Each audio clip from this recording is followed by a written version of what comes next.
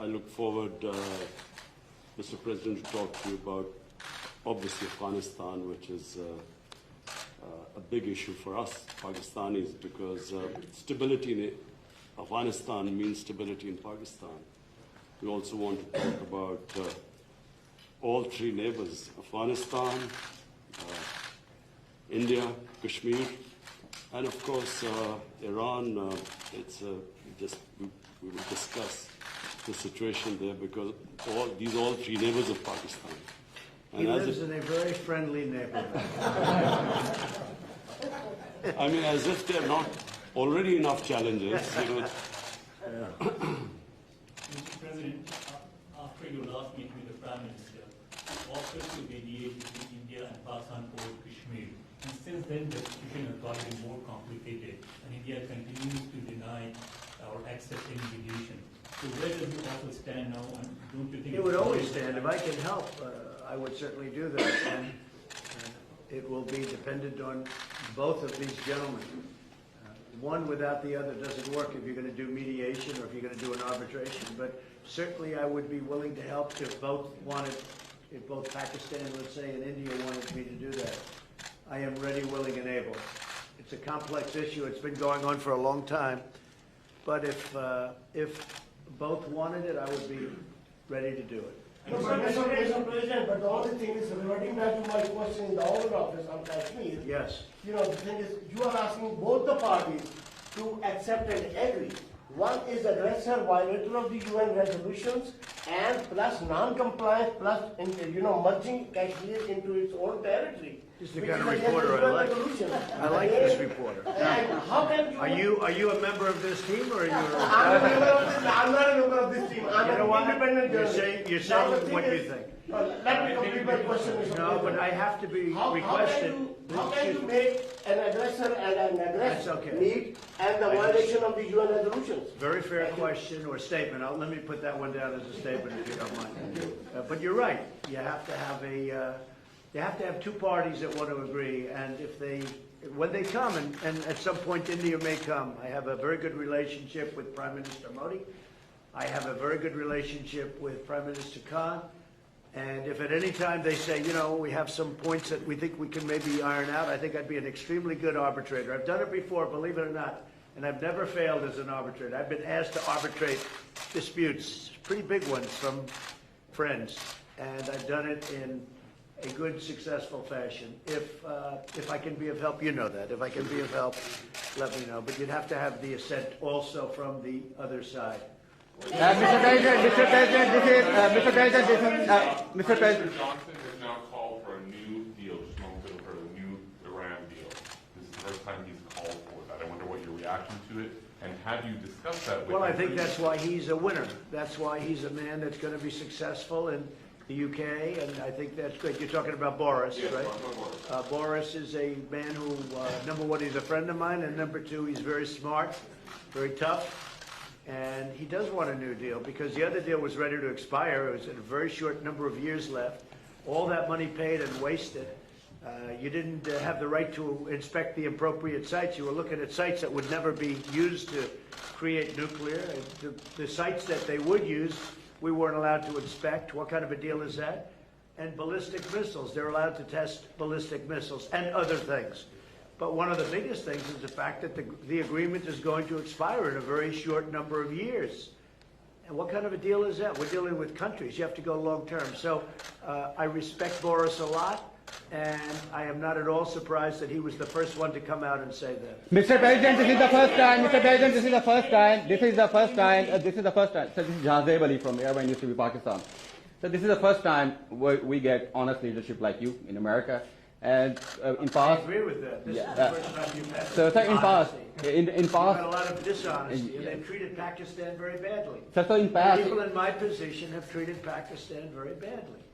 so in past, I think that I wouldn't say Pakistan has treated us too well either, but maybe there was a reason. And in fact, I think there was a reason for it.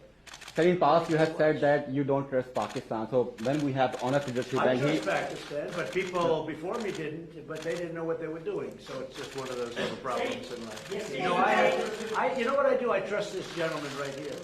And I do trust Pakistan. I know I have a lot of Pakistani friends living in New York. They're smart.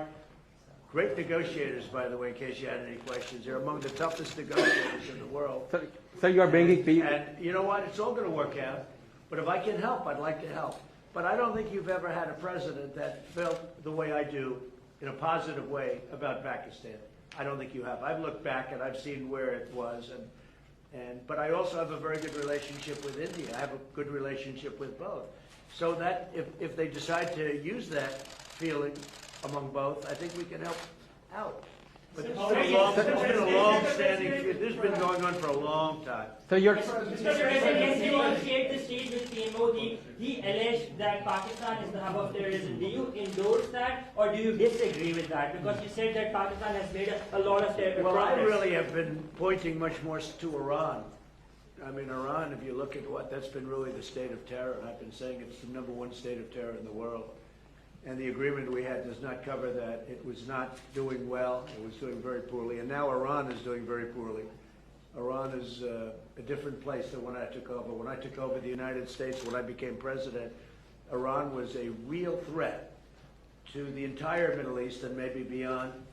And now they're having very, very big difficulties, to put it mildly. So we'll see. Are you happy with the progress that Pakistan has made countering terrorism, particularly eliminating terrorism? I've heard they've made great progress, and under this leader, he's a great leader. I think he wants to make great progress because there's no solution the other way. The other way is only going to lead to death and chaos and poverty. It's all it's going to lead to, and he understands it. Your prime minister understands it. Are you concerned about the human rights situation in Kashmir? About which? Human rights situation, human rights Sure, violations. I'd like to see everything work out. I want it to be humane. I want everybody to be treated well. You have two big countries, and they're warring countries, and they've been fighting. And I mean, I heard a very aggressive statement yesterday. I don't have to say that. I was there. I didn't know I was going to hear that statement. I had said, but I was sitting there, and I heard a very aggressive statement yesterday from India, from the Prime Minister, and I will say it was very well received within the within the room. The statement itself, that was a big room. There were 59,000 people. But it was a very aggressive statement, and I hope that they're going to be able to come together, India and Pakistan, and do something that's really smart and good for both. And I'm sure there's always a solution. And I really believe there's a solution to that. If you can help the you might find a Nobel Prize. Mr. President. You've asked one already. Go ahead. Quickly. Make 1 second statement. Now, if Go ahead, make a you statement. can solve this outstanding issue of Kashmir, very likely and definitely you will be deserving a Nobel Prize on that. I think Peace I'll get a Nobel Nobel Prize for How a lot about of that? things. Mr. I think I'm President. going to get a Nobel Prize for a lot of things if they gave it out fairly, which they don't. Mr. President. They gave one to Obama immediately upon his ascent to the presidency, and he had no idea why he got it. And you know what? That was the only thing I agreed with him on. Mr.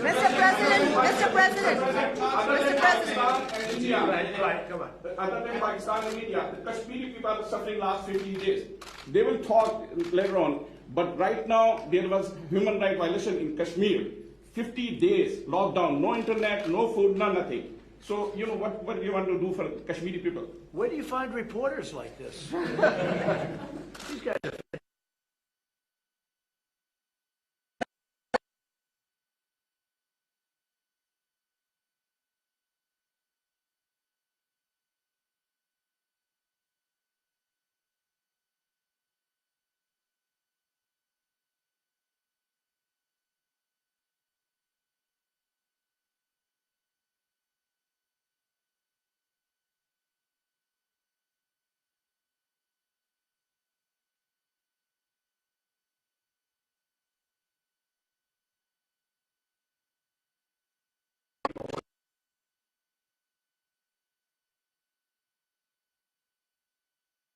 with a little strength. They thought they went in with weakness, and I canceled everything.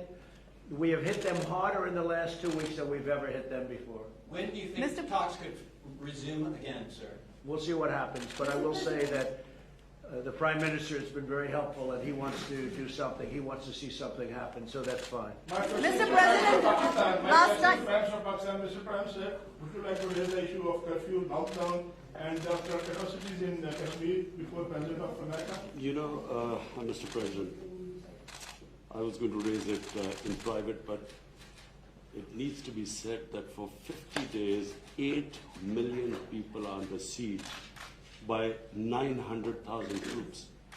And it's a humanitarian issue, and so I was going to say that were you supposed to meet Narendra Modi now, I would have asked you to at least lift the siege. I mean, it's a huge humanitarian crisis taking place. Okay, so we're going to be talking about that We'll in a little discuss while. that. And Mr. Prime Minister, what are your expectations from American President about the Kashmir issue? My expectations, President Trump heads the most powerful country in the world. And the most powerful country in the world has a responsibility. And you know this, you very kindly wanted to mediate in this. And you also said that both of us, India and Pakistan, has to agree to mediation. But unfortunately, India is refusing to talk to us. So in this situation, I feel that this is the beginning of a crisis. I honestly feel that this crisis is going to get much bigger, what is happening in Kashmir. So we would like to talk about that later. But just the fact that the position of the United States, it's the most powerful country. It can affect the United Nations Security Council. It has a voice. So we look to the U.S. to put out flames in the world. Are you I will say this, look, out of my respect for your Prime Minister, I will say that many countries wanted to meet with me and us, the United States, during this very short 3-day period, and we were unable to meet with many of them. One of the countries I wanted to meet with was Pakistan and your Prime Minister, and it's an honor to be here with you. And I think you should let us start talking now, because but I do appreciate there's a tremendous spirit from your press. I don't see that with us. They want to always tear our country down, and with your press, it's really, they would like to see something positive for your country. And I will tell you this, you have a great leader. And he's a good man, he's a nice man, happens to be a great athlete, not that that matters, but it's always nice. You are a great leader too, sir. We love you. Thank you very much. You take care of yourselves. Thank you very much. Thank you, sir. Thank you.